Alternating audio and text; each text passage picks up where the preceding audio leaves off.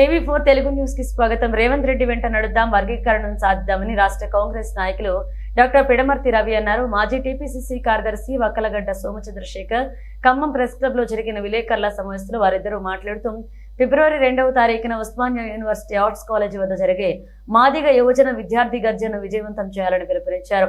అదేవిధంగా పిడమర్తి రవి మాట్లాడుతూ మాదిగలకు 12% రిజర్వేషన్ కల్పించాలని, జిల్లాల్లో వర్గీకరణ చేయాలన్నారు. వక్కలగడ్డ సోమచంద్రశేఖర్ మాట్లాడుతూ ఖమ్మం జిల్లాలో 10 నియోజకవర్గాల్లో గెలుపు ఓటములు నిర్ణయించేది మాదిగ సామాజిక వర్గమేనని, 10 మంది ఎమ్మెల్యేలకు గెలుపులో మాదిగలు కీలకంగా ఉన్నారన్నారు. ఖమ్మం జిల్లాలో 2 ఎస్సీ నియోజకవర్గాలు ఉన్నప్పటికీ మాదిగ సామాజిక వర్గానికి ప్రాతినిధ్యం లేకుండా పోయిందని ఆవేదన వ్యక్తం చేశారు. కావున రాబోయే రోజుల్లో ఎమ్మెల్సీ పదవులకు ఖమ్మం జిల్లాకు మంచి చెందిన మాదిగలకు వచ్చే విధంగా 10 మంది శాసనసభ్యులు కూడా కృషి చేయాలని, వారి యొక్క నిబద్ధతను చాటి చెప్పాలని ముఖ్యమంత్రి దృష్టికి తీసుకువెళ్లాలని, అదేవిధంగా నామినేటెడ్ పదవుల్లోనూ రాష్ట్ర జిల్లా కాంగ్రెస్ పదవుల్లోనూ మాదిగ సామాజిక వర్గానికి జనాభా తమాషా ప్రకారం ఖచ్చితంగా అవకాశాలు కల్పించాలని అన్నారు. ఈ కార్యక్రమంలో మాదిగ జేఏసీ ఉపాధ్యక్షులు మట్టే గురుమూర్తి, తెలంగాణ మార్పిఎస్ రాష్ట్ర కన్వీనర్ నందు నరసింహారావు, తోళ్ల రాకేష్ పాల్గొన్నారు. పాతకోటి కరెంట్ పాల్గొన్నారు. అమిత్ షా గారు అంబేద్కర్ గారిని అవమానపరిచినట్టుగా హేళన చేసి మాట్లాడితే రాష్ట్ర వ్యాప్తంగా అద్భుతమైన ఉద్యమం తీసుకొచ్చి యాంటీయోగి క్రియేట్ చేసింది పోయి ఇంతవరకు ఒక మాట కూడా మాట్లాడకపోవడం బాధాకరంగా ఉంది. అదేవిధంగా లక్ష డబ్బులనే ఉద్యమం తీసుకొస్తానని చెప్తున్న కృష్ణమాది గారికి నా విజ్ఞప్తి ఏంటంటే, అయ్యా సాంస్కృతికంగా తెలంగాణను సాధించిన మాదిగల శక్తి ఏదైతే ఉందో ఈ మాదిగ సాంస్కృతిక కళాకారులకు ఒక నిధిని ఏర్పాటు చేయాలని ప్రభుత్వాన్ని డిమాండ్ చేయకపోవడం చాలా బాధగా ఉంది. ఖచ్చితంగా కృష్ణమాది గారు అది చేయాలి. ఎందుకు చేయలేదో అర్థం కావట్లేదు. ఎందుకంటే ఈ సమాజంలో ప్రతిదీ మార్పు తీసుకొచ్చేది కూడా కళాకారులే. అదేవిధంగా గ్రామీణ ప్రాంతాల్లో ప్రతి విలేజ్లో డబ్బు సాటింపు చేసేటువంటి కళాకారుడు మాదిగే కాబట్టి మరి సాటింపు కళాకారులకు పెన్షన్, వారికి అనేక రకాలుగా అవకాశాలు రావాల్సిన అవకాశం ఉంది. కాబట్టి అది ఎందుకు ప్రభుత్వాన్ని డిమాండ్ చేయట్లేదు, ఎందుకు ఉద్యోగాలను ముందుకు రావట్లేదో అర్థం కాని పరిస్థితి. దీన్ని బట్టి చూస్తామంటే నాకు అనుమానం ఏంటంటే, బీజేపీ పార్టీకి కృష్ణమాది గారు భయపడుతున్నట్టుగా అనిపిస్తూ ఉంది.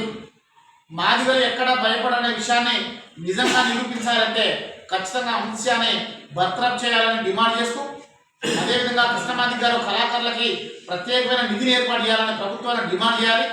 అదే రకంగా డప్పు కళాకారులు ఎవరైతే ఉన్నారో సాటింపు చేసే వాళ్ళకు కూడా పెన్షన్, ఇల్లు, ఇందిరమ్మ ఇల్లు ఇవ్వాలనే ప్రధాన డిమాండ్తో ముందుకు రావాల్సిన అవసరం ఉంది. మరి మాదిగలు ఇంత గొప్పగా ఇంత చైతన్యంతో ముందుకు వస్తున్నప్పుడు ఏ ఒక్కరు కూడా చిన్న అవకాశం కూడా రాని పరిస్థితి చాలా బాధగా ఉంది. 30 సంవత్సరాల సుదీర్ఘ ఉద్యమ చరిత్రలో మాదిగలకు ఎక్కడ కూడా ఎలాంటి లబ్ధి చేకూర్చాల్సిన అంశం లేదు. ఇది చాలా బాధాకరం. కాబట్టి ఉద్యమకారులకి, తెలంగాణ రాష్ట్రంలో ఉన్న యావత్ మాదిగ కుల సంఘాలతో నడుపుతున్న అందరు ఉద్యమకారులకి మా ప్రధాన డిమాండ్ ఏంటంటే, మాదిగల యొక్క ఆర్థిక అభివృద్ధి కోసం ప్రధాన డిమాండ్తో ముందుకు రావాలని నేను విజ్ఞప్తి చేస్తా ఉన్నాను. కాబట్టి పిడమర్తి రవి గారి నాయకత్వంలో త్వరలోనే ఈ రాష్ట్ర ముఖ్యమంత్రి రేవంత్ రెడ్డి గారిని కలిసి ఇంటలెక్చువల్ అందరూ తీసుకుని పోయి రేవంత్ రెడ్డి గారి దగ్గర పిడమర్తి రవి గారు త్వరలోనే ఒక డిమాండ్ చేయబోతున్నారు. మాకు త్వరలోనే తెలంగాణ రాష్ట్రంలో మాదిగలకు 12% రిజర్వేషన్ చేసి పెట్టాల్సిందిగా విజ్ఞప్తి చేయడానికి ఇంటలెక్చువల్ ఫారం పోయి కూడా ఒక విజ్ఞప్తి ఇవ్వడానికి మరి సమాయత్తం అవుతా ఉన్నారు. ఇది త్వరలోనే జరుగుతుంది. దాంతోపాటు ముఖ్యంగా మాదిగలు ఏదైతే కోల్పోయారో 30 సంవత్సరాల్లో తిరిగి వాళ్ళు పొందడానికి ఈ ప్రభుత్వాన్ని డిమాండ్ చేసి, ఈ ప్రభుత్వం ఉన్నప్పుడే మనం ఏది సాధించుకోవడం కోసం మరి డాక్టర్ పిడమర్తి రవి గారి నాయకత్వంలో పోవడానికి మాదిగ మేధావులు, మాదిగ మరి యూనివర్సిటీ జేఏసీ వాళ్ళందరూ కూడా ఒక ఇంటలెక్చువల్ ఫోరాన్ని తయారు చేసి త్వరలోనే ముఖ్యమంత్రి గారి కలిసి విజ్ఞప్తి చేయడం కోసం సమాయత్తమవుతా ఉన్నాం. కాబట్టి దీన్ని మాదిగ ఉపకులందరూ కూడా ఆలోచించి ఈ రాష్ట్రంలో 12% మాదిగలకు రిజర్వేషన్ రావడం కోసం అందరూ కూడా కఠినబద్ధులై ప్రధానంగా మరి ఉద్యమపరంగా రేపు 2 గంటల దగ్గర కార్యక్రమంలో విజయవంతం చేయాలని విజ్ఞప్తి చేస్తా ఉన్నాం. జై భీమ్, జై మాదిగ.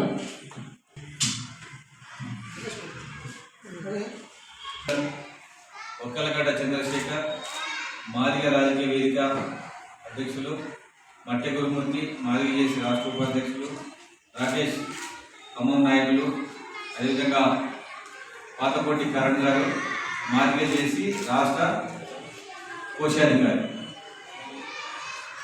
మొత్తం కూడా బీజేపీకి ఏమన్నాడు, ఓట్లేసిన తర్వాత మనం వాళ్ళు సాయం చేస్తారన్నారు. కానీ వాళ్ళు పార్లమెంట్ లో చట్టం చేయాలి. ఇది సుప్రీంకోర్టులో తీర్పు వచ్చింది. ఈ సుప్రీంకోర్టు తీర్పు పంజాబ్ లో దేవేంద్ర సింగ్ అనే వ్యక్తి పట్టువదల విక్రమార్కులాగా కేసేస్తే సుప్రీంకోర్టు తీర్పు ఇచ్చింది. ఇందులో ఎంఆర్పిఎస్ కానీ తెలుగు రాష్ట్రాల్లో ఉన్నటువంటి మాదిగ నాయకులకు ఏం సంబంధం లేదు. వాళ్ళు ఇంప్లీడ్ అయ్యారు. కొత్తగా వచ్చినటువంటి తెలంగాణ గవర్నమెంట్ రేవంత్ రెడ్డి గారు కూడా కేసులో ఇంప్లీడ్ అయ్యారు. కాబట్టి బీజేపీ పార్టీ ఎంఆర్పిఎస్ రెండు కలిసి మాదిగల్ని మోసం చేసినాయి. ఇవాళ మళ్ళీ రాష్ట్రాలు చేసుకోమనంటే మళ్ళీ పంచాయతీ అవుతుంది. అదే కేంద్ర పార్లమెంట్ చట్టం చేస్తే ఏ పంచాయతీ ఉండకపో. ఇవాళ మాదిగలకు అన్యాయం చేసింది ఎవరంటే కృష్ణ మాదిగ నాయకత్వంలో ఉన్న ఎంఆర్పిఎస్, బీజేపీ. అదేవిధంగా కృష్ణ మాదిగ, అమిత్ షా, మోడీ వీళ్ళందరూ కలిసి మాదిగ జాతిని మోసం చేసిన కూడా ఈ సందర్భంగా తెలియజేస్తున్నా. అదేవిధంగా ఈ జిల్లాలో ఉన్నటువంటి మొత్తం మాదిగ యువకులు, విద్యార్థులు, వారితో పాటు ప్రజా సంఘాలు మొత్తం కూడా హైదరాబాద్ లో ఆర్ట్స్ కాలేజ్ మీటింగ్ కి రావాల్సిందిగా మీ అందరూ కూడా విజ్ఞప్తి చేస్తున్నా. ఇప్పుడు ఎంఆర్పిఎస్ అధ్యక్షులు మరి నండు నరసింహరావు గారు మీ మాట్లాడవలసిందిగా కోరుతా ఉన్నాం. ఎలక్ట్రానిక్ ప్రింట్ మీడియా మిత్రులందరికీ ఎంఆర్పిఎస్ తెలంగాణ రాష్ట్ర కమిటీ పక్షాన ఉద్యమ నమస్కారాలు తెలియజేస్తున్నాం. నా పేరు డాక్టర్ నండు నరసింహరావు మాదిగ, ఎంఆర్పిఎస్ తెలంగాణ రాష్ట్ర కన్వీనర్.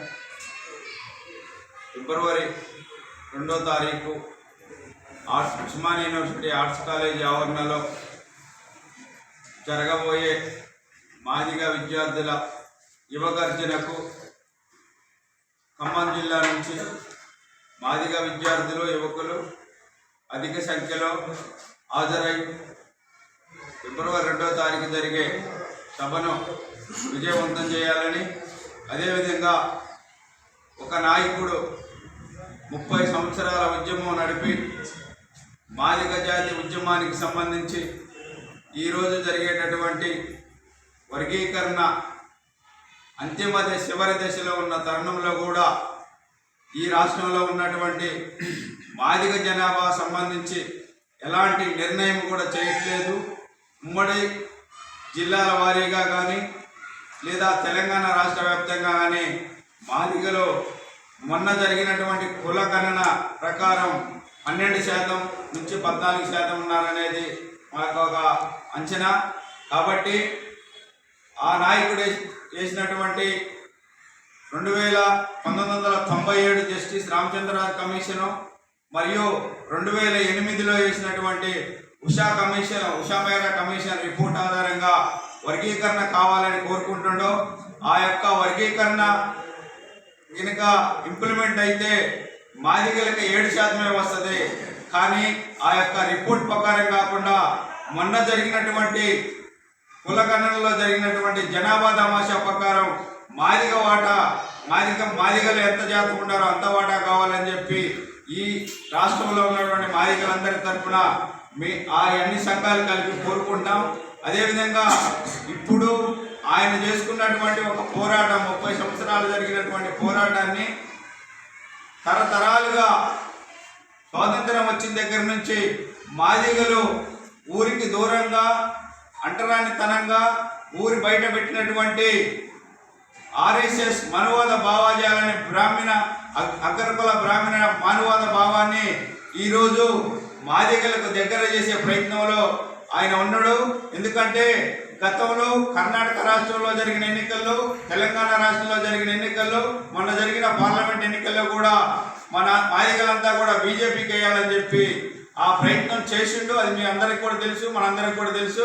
కానీ ఈ యొక్క గ్రామాలలో ఉన్నటువంటి మాదిగలు మళ్ళీ 30 సంవత్సరాల ఉద్యమ నాయకుడు మాయలో పడకుండా మనువాద భావాజానానికి పోకుండా భారత రాజ్యాంగం కల్పించినటువంటి ఏదైతే రిజర్వేషన్లు ఉన్నాయో ఆ రిజర్వేషన్ల ప్రకారం మనం చదువుకొని విద్యా ఉద్యోగ రాజకీయ రంగాలలో మనం ముందుకు పోవాలని చెప్పి కోరుకుంటూ, ఏ నాయకుడైతే మన మాదిగ సమాజాన్ని బీజేపీ మనువాద కుట్రకి బలి చేయాలని చూస్తుండో, ఆ యొక్క దగ్గర చేయాలని చూస్తుండో, ఆ యొక్క మనువాద భావజాలాన్ని తెలంగాణ రాష్ట్రంలో ఉన్నటువంటి మాదిగలు గ్రామమున మండలమున జిల్లా వారీగా ఆ యొక్క భావజాలాన్ని దూరం పెట్టి ఆ నాయకుడు చేసేటటువంటి విషపూరిత ప్రచారాన్ని తిప్పికొట్టాలని చెప్పి రేపు ఉస్మానియా యూనివర్సిటీ ఆర్ట్స్ కాలేజీ ఆవరణలో జరిగేటటువంటి ఫిబ్రవరి మాదిగ విద్యార్థి యువగర్జన్ను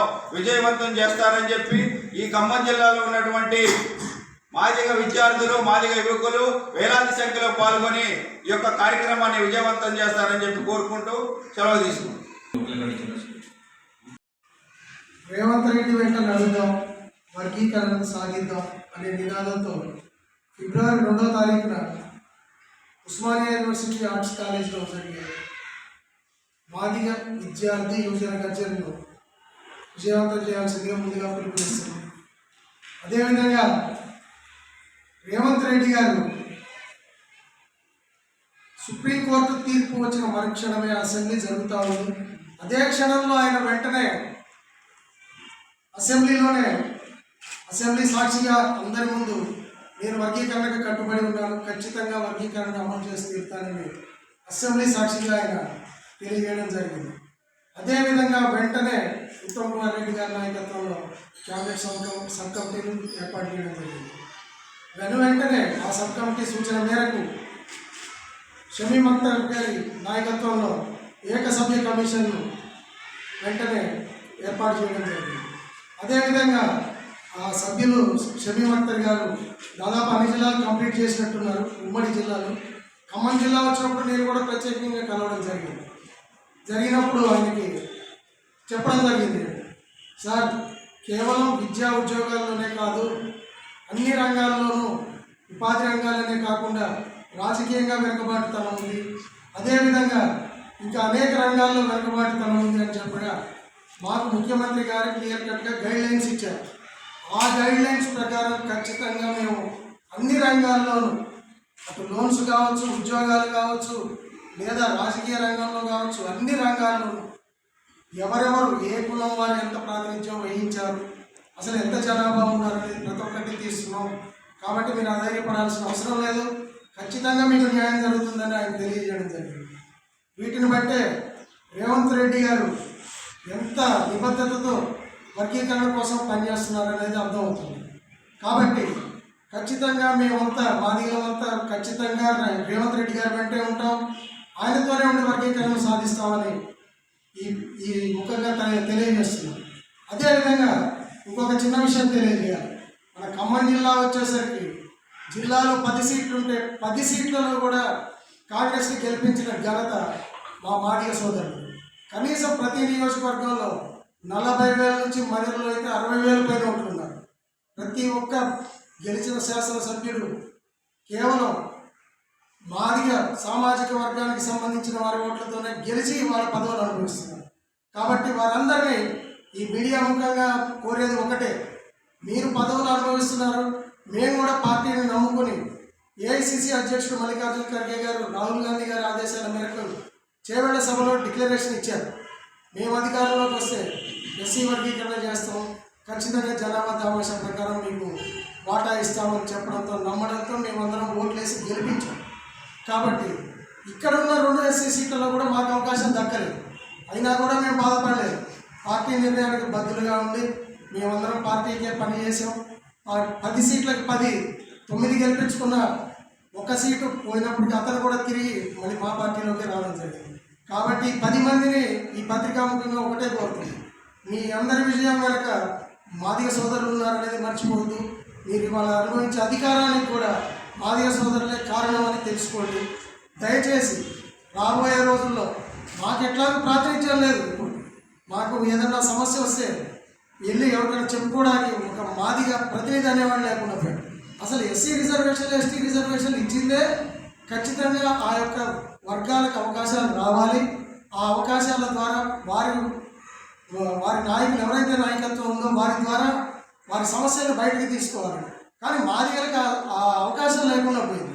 కాబట్టి రాబోయే ఎమ్మెల్సీ ఎలక్షన్స్ అంటే నామినేటెడ్ కావచ్చు, లేదా రకరకాల పద్ధతుల్లో ఎమ్మెల్సీ పోస్టులు ఉన్నాయి. కాబట్టి రేపు రాబోయే ఎమ్మెల్సీ పోస్టుల్లో ఖచ్చితంగా ఖమ్మం జిల్లాకు చెందిన మాదిగలకి అవకాశం కల్పించాలని, అదేవిధంగా రాబోయే నామినేటెడ్ పదవుల్లోనూ మరియు జిల్లా రాష్ట్ర కాంగ్రెస్ పార్టీ పదవుల్లోనూ ప్రతి ఒక్కరికి గ్రామాల లేదా మండలాల స్థాయిలో కూడా ప్రతి ఒక్క కార్యకర్తకు మాదిగ సామాజిక వర్గానికి న్యాయం చేయాలని చెప్పి కోరుకుంటున్నాను. మట్టగుజ్జుమూర్తి గారు మాదిగ చేసి రాష్ట్ర ఉపాధ్యక్షుడు.